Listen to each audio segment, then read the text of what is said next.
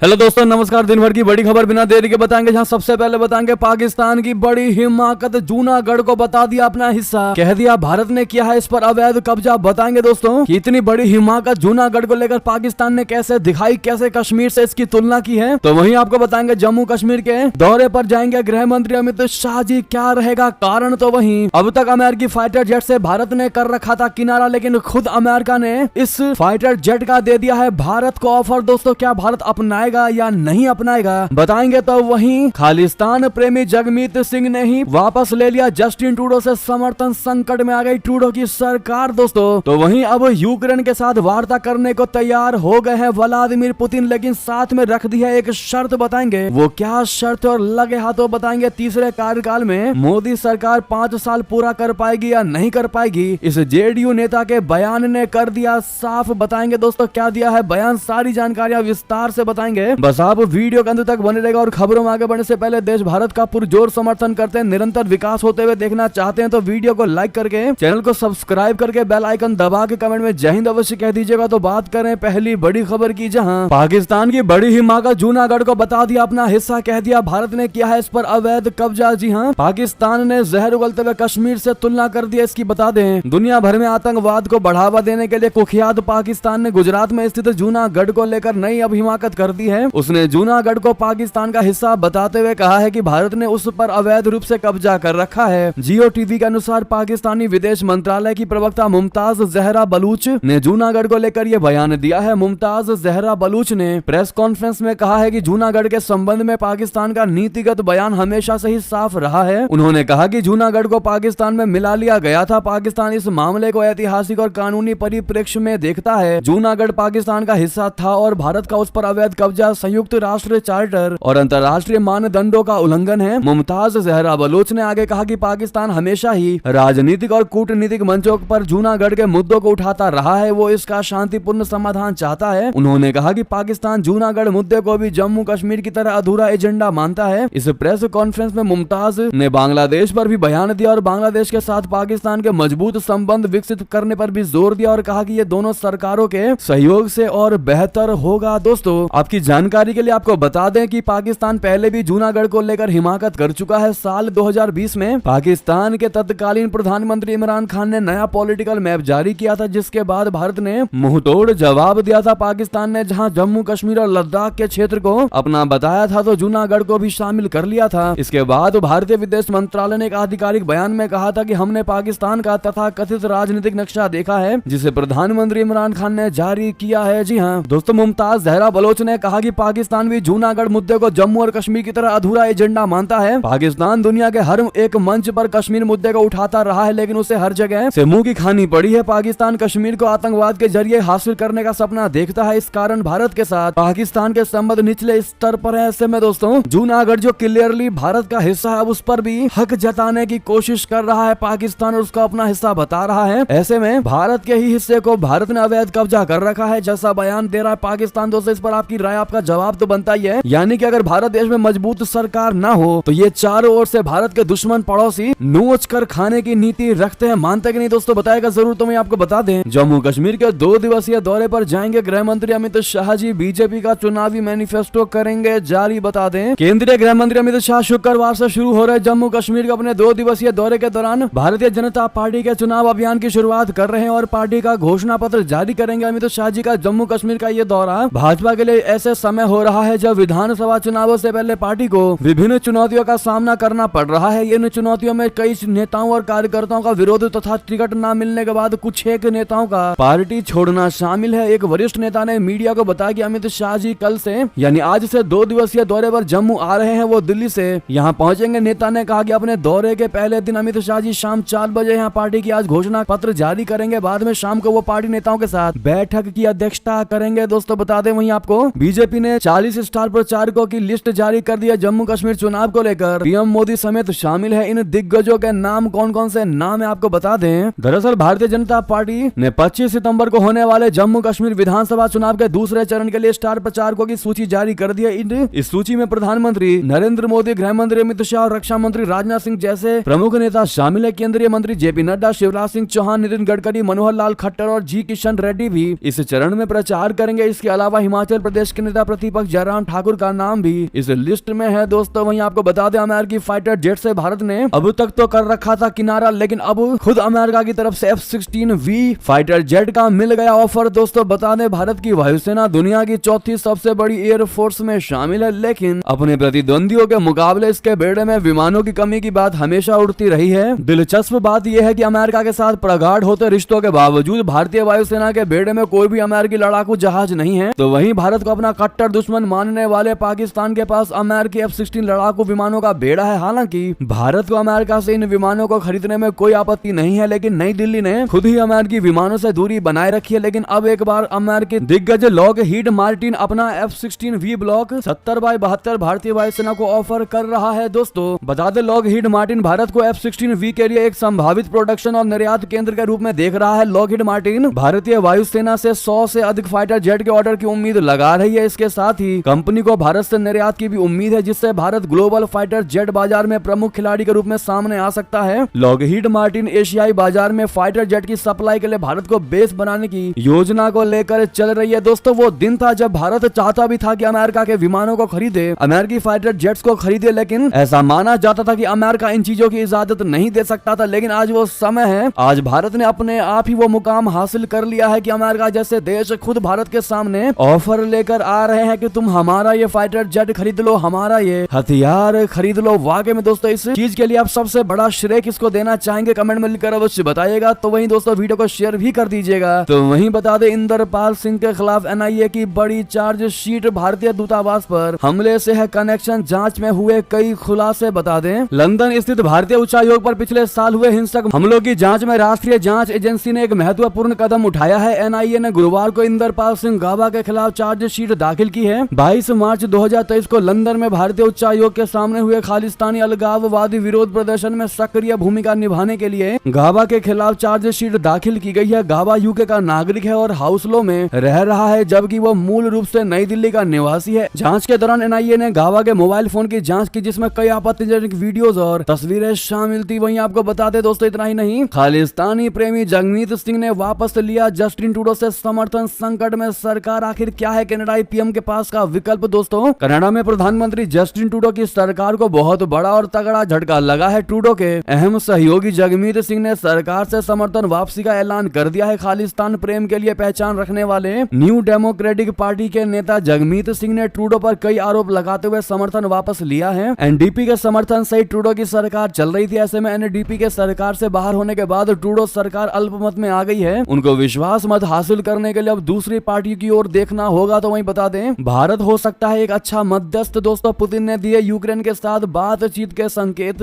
और भारत के साथ इन देशों पर भी जताया भरोसा। दरअसल जंग के बीच पुतिन ने सबसे बड़ा बयान दिया है। यूक्रेन के साथ वार्ता को तैयार हो गया है रशिया। बता दें रूस के राष्ट्रपति व्लादिमीर पुतिन ने कहा है कि भारत उनके और यूक्रेन के बीच युद्ध रुकवाने में अहम भूमिका निभा सकता है। पुतिन ने गुरुवार को यूक्रेन से बातचीत का संकेत देते हुए भारत के अलावा चीन और ब्राजील का भी नाम लिया है, जो यूक्रेन के साथ संभावित शांति वार्ता में मध्यस्थ के रूप में अच्छा काम कर सकते हैं। पुतिन ने इस दौरान कहा कि युद्ध के शुरुआती हफ्तों में इस्तांबुल में वार्ता में रूसी और यूक्रेनी वार्ताकारों के बीच एक प्रारंभिक समझौता हुआ था, लेकिन यह कभी लागू नहीं किया जा सका। अगर फिर से शांति पर बातचीत होती है तो इसी समझौते को वार्ता के आधार के तौर पर शामिल किया जा सकता है। जी हाँ, रॉयटर्स की रिपोर्ट के मुताबिक रूसी राष्ट्रपति व्लादिमीर पुतिन ने यूक्रेन के साथ बातचीत शुरू करने की इच्छा दिखाते हुए कहा है कि चीन, भारत और ब्राजील अच्छी भूमिका निभा सकते हैं। पुतिन ने हालांकि इस दौरान यूक्रेन पर गुस्सा भी दिखाया और कहा कि यूक्रेनी सेना की कुजर्क में घुसपैठ का उद्देश्य डोनबास में रूसी बढ़त को धीमा करना था, लेकिन वो इसमें फेल रहा क्योंकि इसके लिए कीव ने बाकी मोर्चे पर अपनी सेना को कमजोर कर लिया। दोस्तों ऐसे में व्लादिमीर पुतिन ने भारत पर भरोसा जताया है कि भारत यूक्रेन के साथ युद्ध को समाप्त करवाने में बहुत बड़ी भूमिका, शांति वार्ता को स्थापित करने में बहुत बड़ी भूमिका निभा सकता है। ऐसे में थैंक यू पुतिन कहना मत भूलिएगा आप लोग, जिन्होंने भारत का नाम लेकर पूरी दुनिया में भारत की साख को और भी ज्यादा बढ़ा करके रख दिया है। दोस्तों वहीं आपको बता दें जेलेंस्की ने बड़बोले दिमित्री कुलेबा की कर दी छुट्टी। आखिर अब कौन बना यूक्रेन का नया विदेश मंत्री? आपको बता दें यूक्रेन के राष्ट्रपति व्लादिमीर जेलेंस्की ने रूस के साथ जारी जंग के बीच दिमित्रो कुलेबा को विदेश मंत्री के पद से हटा दिया था। कुलेबा वही नेता है जिन्होंने रूस से सस्ता तेल खरीदने पर भारत को लेकर कटाक्ष किया था। अब कुलेबा की जगह आंद्री सिबिहा को नया विदेश मंत्री नियुक्त किया गया है। यूक्रेन की संसद ने एक नए विदेश मंत्री की नियुक्ति को बृहस्पतिवार को मंजूरी दे दी है। नए विदेश मंत्री सिबिहा को यूक्रेन का करियर डिप्लोमेट बताया जा रहा है। उन्होंने कई वर्षों तक जेलेंस्की के कार्यालय में भी काम किया है। उन्हें विदेश नीति और रणनीतिक साझेदारी की अच्छी समझ भी है। वहीं बता दें, फ्रांस के नए प्रधानमंत्री बने मिशेल बर्नियर। राष्ट्रपति मैक्रोन ने किया नियुक्त, ग्रेबियल अटल की लेंगे जगह। दोस्तों, राष्ट्रपति इमैनुअल मैक्रोन ने यूरोपीय संघ के पूर्व ब्रेक्जिट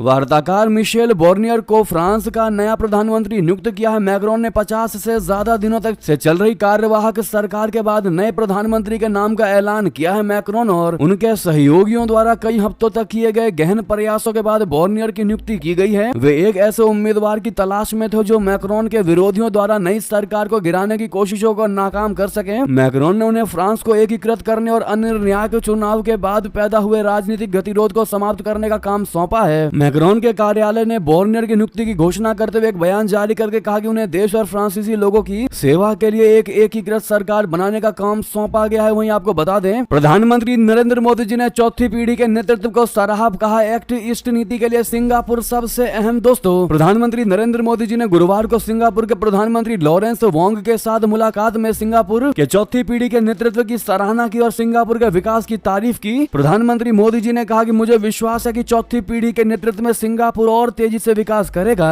गौरतलब है कि लॉरेंस वोंग ने इस साल मई में ही सिंगापुर के प्रधानमंत्री पद की शपथ ली थी। वोंग भी सत्ताधारी पार्टी पीपुल्स एक्शन पार्टी के नेता है जो देश की सत्ता पर बीते 5 दशकों से काबिज हैं। इस तरह से वोंग सत्ताधारी पार्टी की चौथी पीढ़ी के नेता है। प्रधानमंत्री मोदी जी ने कहा कि सिंगापुर विकासशील देशों के लिए प्रेरणा स्रोत है। प्रधानमंत्री के सिंगापुर दौरे पर दोनों देशों के बीच कई अहम समझौते हुए हैं, जिनमें स्किल डेवलपमेंट, डिजिटल तकनीक, सेमीकंडक्टर, एआई और स्वास्थ्य जैसे क्षेत्रों में सहयोग बढ़ाना शामिल है। जी हाँ, तो वहीं आपको बता दें, 4 बड़े समझौतों पर लगा दी गई है मुहर। एमओयू को किया गया है साइन। सेमीकंडक्टर का किंग बनेगा अब अपना भारत। दोस्तों, सिंगापुर दौरा पीएम मोदी जी की वजह से भारत के लिए अत्यंत महत्वपूर्ण साबित हो रहा है। इस दौरे के दौरान भारत और सिंगापुर के बीच कई महत्वपूर्ण समझौतों पर हस्ताक्षर किए गए हैं, जिनमें से दोस्तों सेमीकंडक्टर एक बहुत बड़ा समझौता माना जा रहा है। विशेष रूप से सेमीकंडक्टर क्षेत्र से जुड़ा यह समझौता पूरे भारत को खुश और भारत के पड़ोसियों को चौंका देगा। इन समझौतों का सीधा लाभ भारत को सेमीकंडक्टर क्षेत्र में देखने को मिल सकता है। भारत इस क्षेत्र में तेजी से विकास की ओर बढ़ रहा है और इन समझौतों से भारत को वैश्विक स्तर पर एक महत्वपूर्ण खिलाड़ी बनने में मदद मिल सकती है, जो चाइना को कभी भी किसी भी क्षण दोस्तों मात दे सकती है। एकमात्र यही रीजन है दोस्तों चाइना के साथ कांटेक्ट रखने का कि चाइना से चिप मिलता है भारत को, और जब अब ये चिप वाला हब भारत में भी बन जाएगा, उसके बाद चाइना किसी काम का नहीं रहने वाला भारत के लिए, और भारत कभी भी चीन से पूरे तरीके से कट सकता है। ये सबसे बड़ा आप समझिए कि चिप भारत के लिए बहुत बड़ा मील का पत्थर साबित होगा। तो वहीं आपको बता दें, पाकिस्तान की राह पर बांग्लादेश। इस निंदा के आरोप में हिंदू युवक को जान से मारने की कोशिश, पुलिस स्टेशन में घुसकर हमला। दरअसल शेख हसीना के जाने के बाद बांग्लादेश एक बार फिर से पाकिस्तान बनने की राह पर चल पड़ा है। बांग्लादेश के खुलना में एक हिंदू युवक पर निंदा का आरोप लगाकर मुस्लिमों की भीड़ ने उसे जान से मारने की कोशिश की। पाकिस्तान की ही तरह युवक को पुलिस की कस्टडी से निकालकर उस पर भीड़ ने हमला किया। बांग्लादेश के मीडिया पोर्टल ढाका ट्रिब्यून ने बताया है कि युवक मौत के बारे में मस्जिद के लाउडस्पीकर से ऐलान किया गया। बाद में सुरक्षा एजेंसियों ने बताया कि युवक की हालत गंभीर है और उसका इलाज चल रहा है। सुरक्षा कारणों से उसकी लोकेशन के बारे में नहीं बताया गया। दोस्तों, वहीं बता दें, दक्षिण चीन सागर में बंद नहीं करेंगे अभियान। मलेशियाई पीएम की 2 टुक। क्या ये कहीं भारत दौरे का असर तो नहीं? बता दें, मलेशिया के प्रधानमंत्री अनवर इब्राहिम ने दक्षिण चीन सागर में चीनी दादागिरी के खिलाफ गुस्से का इजहार किया है। उन्होंने कहा है कि मलेशिया दक्षिण चीन सागर में तेल और गैस की खोज बंद नहीं करेगा, भले ही चीन ने दावा किया हो कि मलेशिया उसके क्षेत्र का अतिक्रमण कर रहा है। रूस से बोलते हुए अनवर ने कहा कि मलेशिया की खोजी गतिविधियां उसके क्षेत्र में है और इसका उद्देश्य चीन के प्रति उकसावे या शत्रुतापूर्ण व्यवहार करना नहीं है। उन्होंने मलेशिया और चीन के मैत्रीपूर्ण संबंधों की भी तारीफ की। अनवर इब्राहिम कुछ दिनों पहले भारत के आधिकारिक दौरे पर आए थे। इस दौरान भारत और मलेशिया के द्विपक्षीय रिश्तों और सामरिक संबंधों को मजबूत करने पर बात हुई थी। अनवर ने व्लादिवोस्तोक में एक प्रेस कॉन्फ्रेंस में कहा कि बेशक हमें अपने जल क्षेत्र में काम करना होगा और अपने जल क्षेत्र में तेल के लिए ड्रिलिंग सहित आर्थिक लाभ हासिल करना होगा। उन्होंने कहा कि हमने चीन के साथ चर्चा की संभावना से कभी इनकार नहीं किया, लेकिन इसका मतलब ये नहीं है कि हमें अपने क्षेत्र में ऑपरेशन बंद कर देना चाहिए। मलेशिया के विदेश मंत्रालय ने बुधवार को कहा कि वो चीनी विदेश मंत्रालय से एक क्लासिफाइड राजनयिक नोट के लीक होने की जांच करेगा। दोस्तों, ऐसे में माना जा रहा है क्या कहीं ये भारत दौरे का असर तो नहीं कि मलेशियाई पीएम ने चीन को 2 टुक जवाब दिया है। दोस्तों, वहीं आपको बता दें, इजरायली बंधकों को ईरान ले जाएगा हमास। नेतन्याहू ने बताया गाजा के लादेन का सीक्रेट प्लान प्लान दोस्तों इजरायली बेंजामिन नेतन्याहू ने खुलासा किया है कि हमास फिलाडेल्फिया कॉरिडोर का उपयोग करके गाजा से बंधकों को बाहर ले जाने की योजना बना रहा है। फिलाडेल्फिया कॉरिडोर गाजा और मिस्र के बीच की सीमा है। नेतन्याहू ने कहा कि अगर हम फिलाडेल्फिया कॉरिडोर को छोड़ देते हैं तो हमास को न केवल हथियारों की तस्करी से बल्कि बंधकों की तस्करी से भी रोकना असंभव होगा। उन्होंने अपने बयान में किसी देश का नाम नहीं लिया, लेकिन इजरायली मीडिया का दावा है कि हमास बंधकों को ईरान ले जाने की प्लानिंग कर रहा है। इससे हमास के लिए इजरायल के साथ डील करना आसान हो जाएगा, क्योंकि इजरायली सेना दिन प्रतिदिन हमास के इलाकों के अंदर बढ़ रही है। ये प्लानिंग गाजा के लादेन के नाम से कुख्यात वर्तमान हमास नेता यद्धा सिनवार ने की है। तो वहीं बता दें, क्या स्वेज नहर का विकल्प बनेगा रूस वाला नॉर्थ सी रूट? भारत को इससे कितना फायदा, क्या लाभ है? बता दो, यमन के हूती विद्रोहियों के हमलों ने स्वेज नहर से होने वाले व्यापार को लेकर टेंशन बढ़ा दी है। ये विद्रोही इजराइल हमास युद्ध का नाम लेकर किसी भी कार्गो शिप पर हमला कर दे रहे हैं। इन हमलों में कई जहाज डूब भी चुके हैं। ऐसे में स्वेज नहर का इस्तेमाल करके व्यापार करने वाले देश टेंशन में है। यही कारण है कि भारत अब नए नए विकल्पों की तलाश कर रहा है, जिससे वो स्वेज नहर को बाईपास कर सके और उसके व्यापार पर भी इसका नकारात्मक प्रभाव ना हो। यही कारण है कि भारत इन दिनों रूस के साथ मिलकर नॉर्थ सी रूट यानी उत्तरी समुद्री गलियारे पर काम कर रहा है। ये गलियारा भारत के चेन्नई को रूस के व्लादिवोस्तोक से कनेक्ट करेगा। वहीं बता दें, राष्ट्रपति चुनाव में राजपक्षे को समर्थन देने पर 4 मंत्री हुए बर्खास्त। विक्रम सिंघे ने की है बहुत बड़ी कार्रवाई। दोस्तों, श्रीलंका के राष्ट्रपति रानिल विक्रम सिंघे ने गुरुवार को अपनी सरकार के 4 जूनियर मंत्रियों को बर्खास्त कर दिया। मंत्रियों के खिलाफ 21 सितंबर को होने वाले राष्ट्रपति चुनाव में राष्ट्रपति पद के निर्दलीय उम्मीदवार राजपक्षे का समर्थन करने पर यह कार्रवाई की। राष्ट्रपति विक्रम सिंघे ने बंदरगाह और विमानन सेवा राज्य मंत्री प्रेमलाल जयशेखर, बिजली और ऊर्जा राज्य मंत्री इंडिका अनुरुद्ध, कृषि राज्य मंत्री मोहन प्रियदर्शन डी सिल्वा और राजमार्ग राज्य मंत्री सिरिपाला गमलात को बर्खास्त किया। राष्ट्रपति कार्यालय ने कहा है कि यह निर्णय संविधान के अनुच्छेद 47 के सेक्शन 3 द्वारा उन्हें दिए गए अधिकार के तहत लिया गया है। वहीं बता दें, मोहम्मद यूनुस ने दिए शेख हसीना के भारत से प्रत्यर्पण के संकेत, कहा हत्यारों की वापसी चाहते हैं। जी हाँ, बांग्लादेश की अंतरिम सरकार के प्रमुख मोहम्मद यूनुस ने बड़ा बयान दिया है। उन्होंने कहा कि बांग्लादेश में हुई हत्याओं के आरोपियों को वापस लौटना चाहिए। उन्होंने ये भी कहा कि भ्रष्टाचार के तहत विदेश भेजी गई धनराशि भी वापस लाई जाए। यूनुस का यह बयान पूर्व प्रधानमंत्री शेख हसीना की ओर इशारा करता है, जिन्होंने पिछले महीने सरकार के खिलाफ छात्रों के विरोध प्रदर्शन के बाद इस्तीफा दे दिया था और भारत चली गई थी। वहीं बता दें, तीसरे कार्यकाल में मोदी सरकार 5 साल पूरे करेगी या नहीं, इस जेडीयू नेता के बयान ने कर दिया साफ। दोस्तों, भारतीय जनता पार्टी यानी भाजपा के अहम सहयोगी दल जेडीयू के नेता केसी त्यागी का कहना है कि प्रधानमंत्री नरेंद्र मोदी जी की गठबंधन सरकार पूरी तरह सुरक्षित है, सिक्योर है और ये आसानी से अपना कार्यकाल पूरा करेगी तथा उसे विपक्ष या सहयोगियों से कोई खतरा नहीं है। जनता दल यूनाइटेड के प्रवक्ता पद से इस्तीफा देने के कुछ ही दिनों बाद त्यागी ने कहा कि उनका रुख हमेशा पार्टी की विचारधारा के अनुरूप रहा। इसके साथ ही उन्होंने बिहार के मुख्यमंत्री नीतीश कुमार के नेतृत्व में पूरा भरोसा जताया। राजनीतिक टिप्पणीकारों के अनुसार पार्टी प्रवक्ता पद से उनका इस्तीफा विभिन्न मुद्दों पर उनके स्पष्ट बयानों का परिणाम था, जिनसे सरकार को असहज स्थिति का सामना करना पड़ता था। तो वहीं दोस्तों, आरजेडी में तेजस्वी यादव को उनके पिता लालू प्रसाद के राजनीतिक उत्तराधिकारी के रूप में स्वीकार किया गया है। लालू प्रसाद पिछले कुछ समय से स्वास्थ्य समस्याओं से जूझ रहे हैं। त्यागी ने जोर देकर कहा कि नीतीश कुमार के करिश्मे की बराबरी कोई भी नेता नहीं कर सकता। उन्होंने कहा कि नीतीश कुमार जैसा कोई नहीं है। उन्होंने बिहार के सबसे लंबे समय तक मुख्यमंत्री रहने वाले नीतीश कुमार की ईमानदारी, जातिवादी की कमी और राज्य में सुशासन लाने के लिए प्रशंसा की। उन्होंने कहा कि मैंने मुलायम सिंह यादव, लालू प्रसाद यादव और कई अन्य समाजवादियों के साथ काम किया है। नीतीश कुमार जैसा कोई नहीं है। ऐसे में दोस्तों, केसी त्यागी ने भारतीय जनता पार्टी यानी भाजपा को भरोसा जताया है कि तीसरा कार्यकाल गठबंधन की सरकार 5 साल पूरा कर पाएगी और पूरा भरोसा जेडीयू पर करना चाहिए भाजपा को। बहरहाल दोस्तों, आप क्या कहना चाहते हैं? क्या प्रधानमंत्री नरेंद्र मोदी जी की ये सरकार, क्या बीजेपी की सरकार पूरे 5 साल पूरे कर पाएगी? दोस्तों, आप लोग जवाब जरूर दीजिएगा। देखते हैं आप लोगों की इस मुद्दे पर क्या क्या राय है। दोस्तों, जवाब अवश्य दीजिएगा। तो वहीं अगली खबर आपको बता दें, जहां पर पंजाब यूनिवर्सिटी छात्र संघ चुनाव में कांग्रेस को दोहरा झटका। एनएसयूआई के बागी ने निर्दलीय जीत रच दिया इतिहास।